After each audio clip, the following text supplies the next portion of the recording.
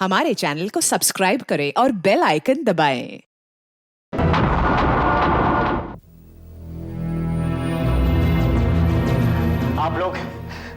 आप लोग कभी किसी की बात पर विश्वास करते हैं?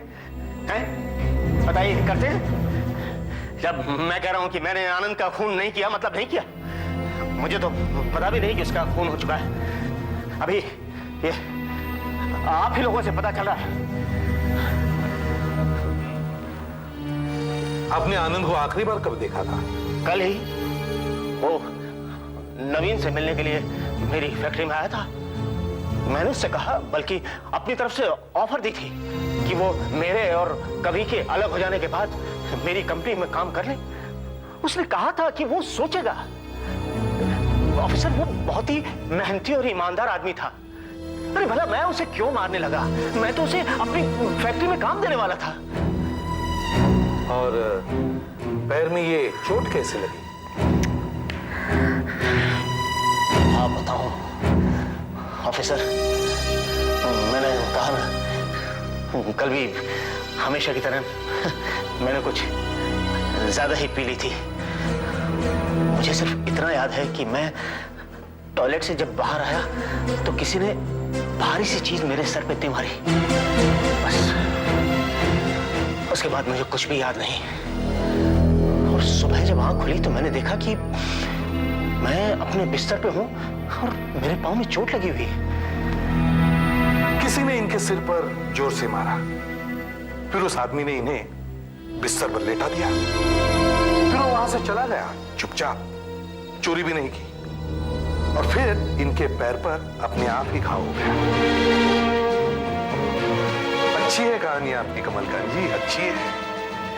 देखते हैं कहानी कहां तक सच है। हाँ डॉक्टर साहब, एसीपी साहब आइए। मैंने जांच कर ली है। गोली पर लगा खून कमलकांत की चोट के खून से एकदम मैच करता है। That's good, ये तो अच्छी खबर है। अच्छी खबर है भी और नहीं भी।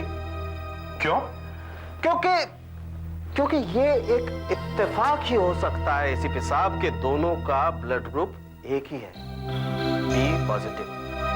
अब बी पॉजिटिव तो मेरा भी है और हमारे देश के लाखों करोड़ों लोगों का बी पॉजिटिव ग्रुप है। इसलिए ये ब्लड ग्रुप मैच हो जाने से हमें कुछ खास मदद नहीं मिल सकती है। सर, मिस्टर आनंद की बीवी रेवती आपसे मिलना चाहती है। वो आपको एक जरूरी बात बताना चाहती है सर। मैंने सुना है आपने कमलकांत जी को मेरे पति के खून के इल्जाम में गिरफ्तार कर रखा है। जी हाँ। पर उन्होंने कुछ नहीं किया है, बल्कि वो तो मेरे हस्बैंड को अपनी कंपनी में नौकरी देने वाले थे। फिर भला वो उन्हें क्यों मारने लगे? हम तहकीकात कर रहे हैं मैडम, अभी तक किसी नतीजे पर नहीं पहुंचे। पर मैं जानती हूं कि मेरे आनंद को किसने मारा है। किसने? मिस्टर कवि ने मारा है। ये आप कैसे कह सकती हैं? क्योंकि आनंद ने मुझे बताया कि कवि उन्हें फंसाने के लिए प्लान बना रहा है और वो एक्सीडेंट कुछ नहीं हुआ था, वो सिर्फ एक नाटक था। कवि अंधा है ही नहीं। मैं आपको पूरे विश्वास के साथ कह सकता हूं कि कवि को बिल्कुल दिखाई नहीं दे रहा। डॉक्टर साहब, ये बताइए कि हुआ क्या है? कवि की आंखों में टाइटेनिक गैस का एक जोरदार भपका गया था। ये कुछ टीयर गैस की तरह है, लेकिन ज्यादा स्ट्रॉन्ग है। इससे आंखों की पुतलियां यानी कि प्यूपिल्स फैल जाती हैं, डायलेट हो जाती हैं, और इसीलिए कुछ समय तक कुछ दिखाई नहीं देता। कुछ समय से आपका क्या मतलब है? यही कुछ 6 से 8 घंटे तक कुछ दिखाई नहीं देता है। पर कवि को तो 6 दिन हो गए, अब तक तो ठीक हो जाना चाहिए था। मैंने उसे सुबह शाम आंखें धोने के लिए एक लोशन भी दिया था।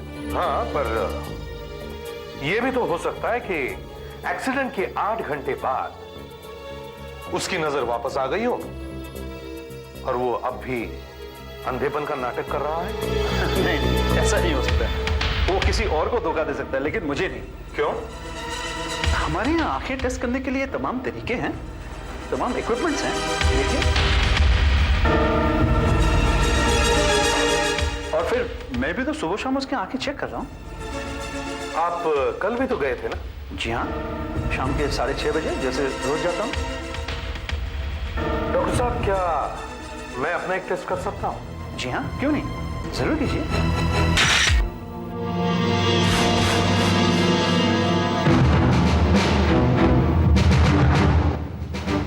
कौन है? मैं एसीपी प्रद्युमन। हेलो। बड़ी अजीब बात है, आप देख नहीं सकते फिर भी फोटो खींच रहे हैं। ऐसा तो मैंने पहले कभी नहीं देखा।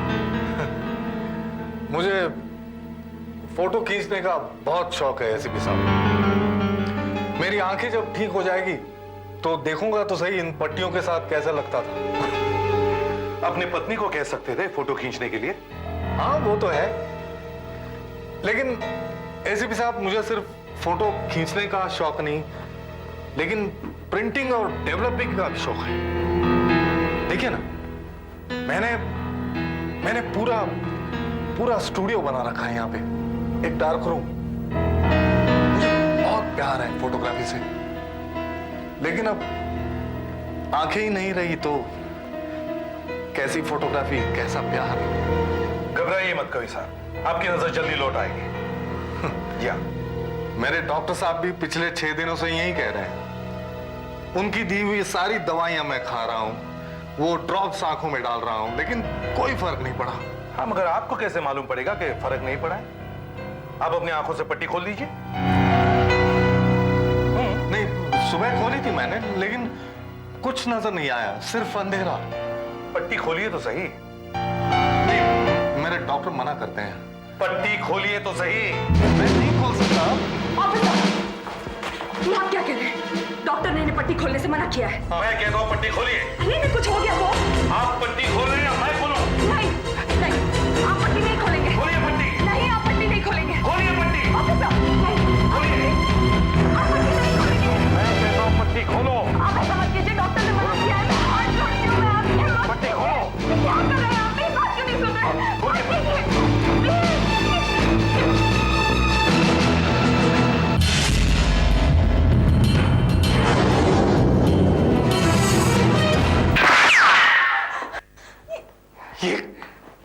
ये क्या मजाक है एसीपी साहब? अगर मुझे कुछ हो जाता तो? घबराइए मत, नकली गोली थी, लेकिन इसका मतलब है आप देख सकते हैं। हाँ, हाँ मैं देख सकता हूँ। माला, मैं देख सकता हूँ। आप देख सकते हैं। मैं देख सकता हूँ माला। देख सकते हैं।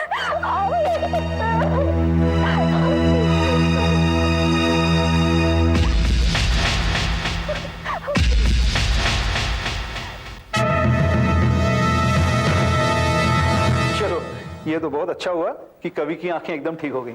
अब उसे देख के तो लगता है कि एक्सीडेंट कभी हुआ ही नहीं था। जब मैं पहले ही आपसे कह रहा था कि कभी झूठ बोल रहे तो आप मानने को तैयार ही नहीं थे। हाँ, ये तो मैं अब भी कहूंगा, क्योंकि आज सुबह भी जब मैंने उसकी आंखें चेक की तो उसे बिल्कुल दिखाई नहीं दे रहा था, लेकिन अचानक इतनी जल्दी। वो कहते हैं ना कि डॉक्टर जुकाम को हफ्ते भर में ठीक कर देता है या फिर जुकाम अपने आप 7 दिन में ठीक हो जाता है। क्या मतलब आपका? मतलब ये कि कवि की नजर इसलिए वापस आई क्योंकि 6 दिन में उसने पहली बार आपकी दी हुई दवाई आंखों में नहीं डाली है। आपका मतलब है कि मेरी दी हुई दवाई उसे नुकसान पहुंचा रही थी? ये क्या?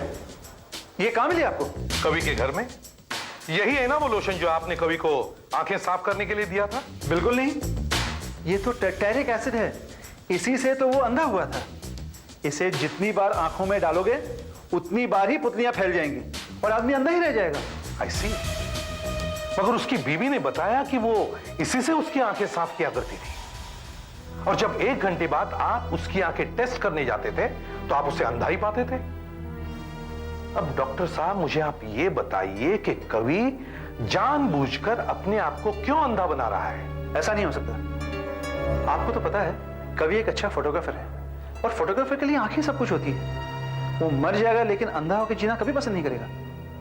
तो फिर दवाई की जगह ये एसिड किसी और ने रख दिया होगा। कौन हो सकता है? उसकी बीवी माला? मगर इस एसिड का असर तो कुछ ही घंटों तक रहता है। मतलब अगर वो 9 बजे इसे लगाए तो शाम के 3-4 बजे तक इसका असर रहेगा और जब दोबारा आंखें साफ करने के लिए पट्टी खोली जाएगी तो उसे दिखना चाहिए। हाँ, लेकिन इससे हुआ क्यों नहीं?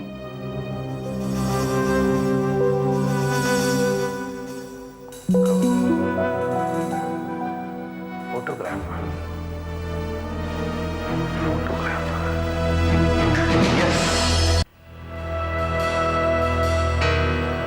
डॉक्टर साहब, आपका सवाल यही था ना कि एसिड का असर खत्म होने के बाद भी कवि को दिखाई क्यों नहीं दे रहा था? Am I right? Yes sir. Asha, तुम दया की आंखों पर रुई रखकर पट्टी बांध देना जैसे कवि की आंखों पर बंदी होती थी। सर, अब मैं आप लोगों को एक जादू दिखाता हूं। माला जी, ये वही रुई और बैंडेज है ना जो आप अपने पति की आंखों पर बांधते थे? जी। अच्छा, पट्टी बांधना शुरू करो। दया की आंखें बिल्कुल ठीक है, उसे सब कुछ अच्छी तरह से दिखाई देता है, मगर जैसे ही दया की आंखों से पट्टी खोली जाएगी उसे कुछ दिखाई नहीं देगा। दया, मैं 5 तक गिनूंगा, उसके बाद में पट्टी खोल देना। डॉक्टर साहब, आप दरवाजा बंद कर दीजिए। 1, 2, 3।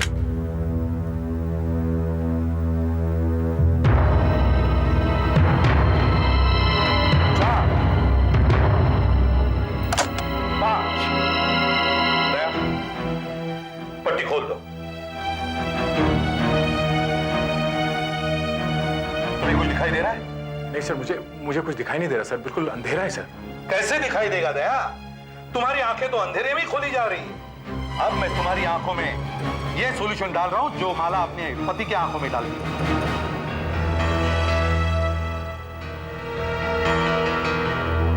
कुछ दिखाई दे रहा है दया? नहीं सर। लाइट ऑन करो।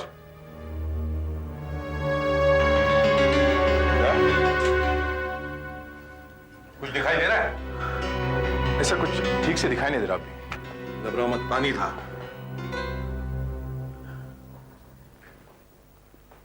ऐसा ही कुछ कवि के साथ होता था।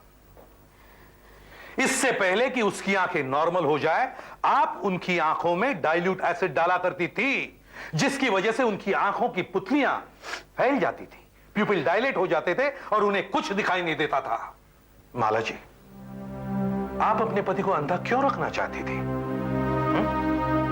ये सोचकर कि अंधेपन से तंग आकर वो आत्महत्या कर ले, या फिर आपने आनंद को इसलिए मारा कि आपके पति फंस जाए और फांसी पे चढ़ जाए? नहीं ऑफिसर, मैं अपने पति से बहुत प्यार करती हूँ।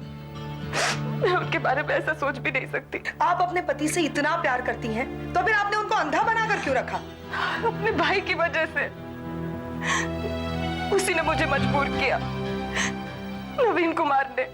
मैं आपको क्या बताऊं ऑफिसर, मैं क्या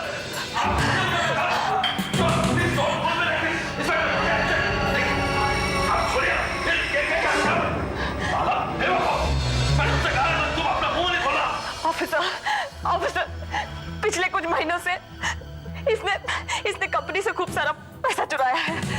छोटे छोटे परचेसेस और सेल्स दिखाकर इसने लाखों रुपए का घपला किया है। इसी की वजह से ऑफिसर कवि और कमलकांत एक दूसरे पर शक करने लगे थे।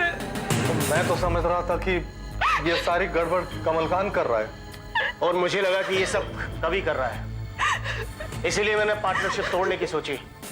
इस ऑडिट के बाद हमारा फैसला होने ही वाला था कि कवि का एक्सीडेंट हो गया। मुझे तो लगता है इस एक्सीडेंट में भी इसी का हाथ है। मुझे पता था कि ऑडिट में इसकी पोल खुल जाएगी, ये सबको पता चल जाता और इसे जेल भी हो जाती। ये मेरे सामने आकर बहुत गिड़गिड़ाया ऑफिसर, बहुत गिड़गिड़ाई है। ये मेरा भाई मेरे सामने गिड़गिड़ाया, इसने मुझे मजबूर कर दिया ऑफिसर कि मैं कवि को कुछ और दिन तक अंधा बनाकर रखूं ताकि ये पैसों का इंतजाम कर सके। ऑफिसर, इसी के कहने पर मैंने लोशन की जगह एसिड लगाया। मैं पागल थी ऑफिसर। क्या लेने दो मुझे मेरी बात, क्या लेने दो मुझे। तुम्हारी वजह से मैं पछतावे की आग में जल रही हूँ। मुझे तुम्हारी बात कभी नहीं सुननी चाहिए थी, कभी नहीं सुननी चाहिए थी। मैं तुम्हें जान से मार डालूंगा।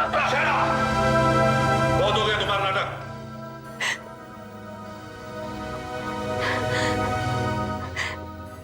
कल दोपहर मैंने नवीन को फोन पे कहा कि मैं अब ये सब नहीं करूंगी, लेकिन इसके पास पैसों का इंतजाम हुआ ही नहीं था। इसने एक्सीडेंट में तो आनंद को फंसा ही दिया था और पैसों के चक्कर में ये कमलकांत को फंसवाना चाहता था। लेकिन हमारी ये बातें आनंद ने सुन ली, जो नवीन मुझे फोन पे कह रहा था। बेचारा वो तो वहां डेस्क साफ करने आया था, लेकिन नवीन ने उसे देख लिया। वो बहुत घबरा गया और दौड़कर मेरे पास आया और कहने लगा कि आनंद यहाँ कवि से बात करने जरूर आएगा, इसलिए तुम यहाँ से बाहर जाओ, मुझे यहीं पर छोड़ दो, मैं संभालूंगा सब। अगर उसने कमल से कह दिया तो? कमल इस वक्त शराब पी के टोन होगा, सुबह तक उठने वाला नहीं है वो।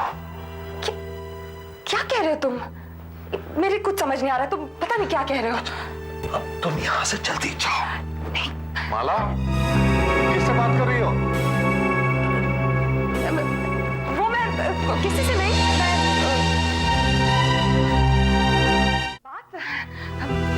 किससे बात कर रही थी? मैं कहाँ किसी से बात कर रही हूँ? मैं किसी से नहीं, मैं बाजार जा रही हूँ दवाइयाँ लेने। आप रह लेंगे ना अकेले? मैं घंटे भर में मैं वापस आ जाऊंगी, आपको कोई तकलीफ तो नहीं होगी ना? माला, मैं संभालूंगा, चिंता मत करो, तुम हो आओ। एक मिनट, तुम मुझे वो जरा रिमोट तो देती जा टीवी। रिमोट? हाँ। वो ये रहा। Thank you. वो आओ। और उसके बाद क्या हुआ ये तो मुझे भी नहीं मालूम ऑफिसर। नवीन कुमार, अब आप बताइए और सच सच बताइए कि क्या हुआ था। बताता हूं, एक्सक्यूज मी, बताता हूं। मैंने कवि का रिवॉल्वर उसके ड्रॉअर से निकाल लिया, उसे पता भी नहीं चला और मैं आनंद का इंतजार करने लगा। मैंने सोचा कि मैं आनंद को मार दूंगा और सेफ, दराज वगैरह सभी खोल लूंगा ताकि सभी को यह लगे कि चोर ने ही आनंद को मार दिया। जब कवि अपनी गन ढूंढ रहा था तो मैंने मौका पाकर आनंद पर गोली चला दी। और जब मैंने वहां से भागने की कोशिश की तो मैं आनंद की लाश से टकरा कर गिर गया। कवि को फंसाने के लिए मैंने गन उसकी तरफ बढ़ा दी, लेकिन मुझे क्या पता था कि कवि फायर कर देगा और उसकी गोली मेरे पैर पर लग जाएगी। मुझे पता था मेरी चोट देखकर पुलिस को मुझ पर शक हो जाएगा, इसीलिए मैंने कमलकांत को फंसाना चाहा। जब मैं कमलकांत के घर पहुंचा तो वो बहुत नशे में था। मेरे दिमाग में एक प्लान आया, मैंने वहीं से फ्लावर वास उठाकर उसके सर पर दे मारा। सर पर चोट लगने से कमलकांत बेहोश हो गया। फिर मैंने डाइनिंग टेबल से चाकू उठाकर वैसा ही घाव कमलकांत के पैर पर कर दिया जैसा मेरे पैर पर था।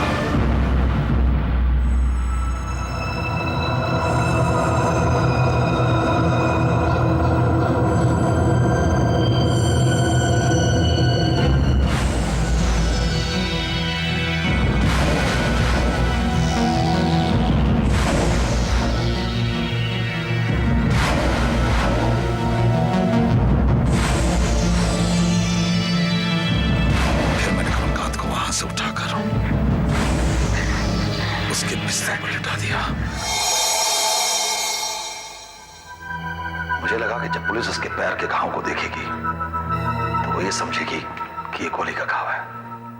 और तब तुम फैक्ट्री भागे और वहां भी एक डकैती का नाटक रच दिया और अपनी चोट छुपाने के लिए एक और कहानी बनाई। मिस्टर नवीन कुमार, तुम्हारे इस गबन से तुम्हें सिर्फ कुछ ही सालों की सजा होती, और तुमने एक निर्दोष इंसान की जान ली है। अब या तो तुम्हें फांसी होगी या फिर आजीवन कारावास। For more updates, subscribe to our channel, click the show links and enjoy watching the videos.